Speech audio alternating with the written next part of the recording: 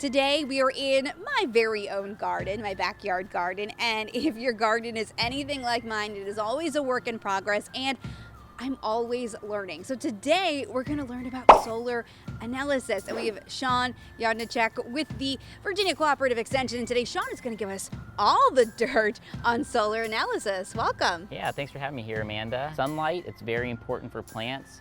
Some plants need more than others. Full sun plants need about 6 hours of direct sunlight.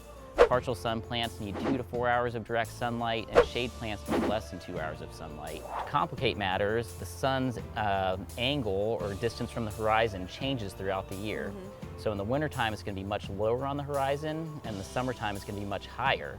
So how do you know how much sunlight a location receives so that you can place your garden or your plants there appropriately?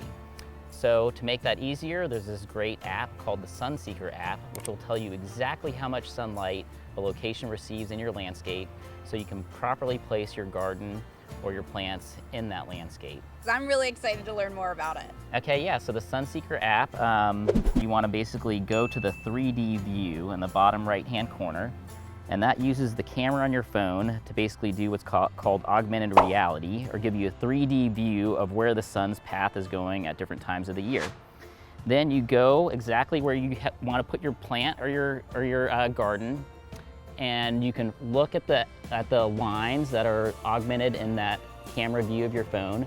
And the blue line right here basically shows you the path of the sun in the wintertime at the winter solstice.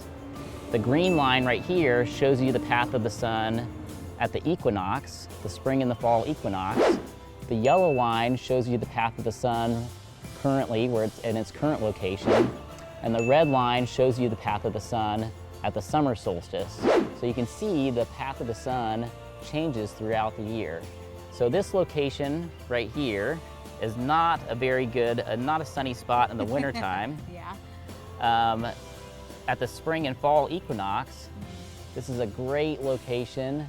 Gets about 7 hours of sunlight. So this gets more sunlight in the spring and fall equinox than it does in the winter. And it also gets more sunlight here than it does in the summertime. So this would be a better spot for spring and fall vegetables, but probably wouldn't be a good spot for summer vegetables like tomatoes, because it just doesn't get the 6 hours of sunlight that you need for a good summer vegetable production. Now that is extremely handy, because that is one of, I feel like, the things that I have struggled with, you know, as a new gardener too, is to be able to learn where to put my plants. I have all these grand ideas, but not quite sure what to put where. Exactly, and it's the most common problem that I see in landscapes, people placing gardens in areas that don't receive enough sunlight, or people placing shade plants in areas that receive too much sunlight. So properly placing your plants can solve a lot of plant problems. And it's all in an app too. All in an app, super easy to do, so check it out. All right, well, we appreciate you, Sean. Thanks so much for coming on today. Definitely learned a valuable lesson. Make me a better gardener. Awesome. Looking forward to see your garden blossom. Thank you. And you too at home, we certainly hope that this helped you.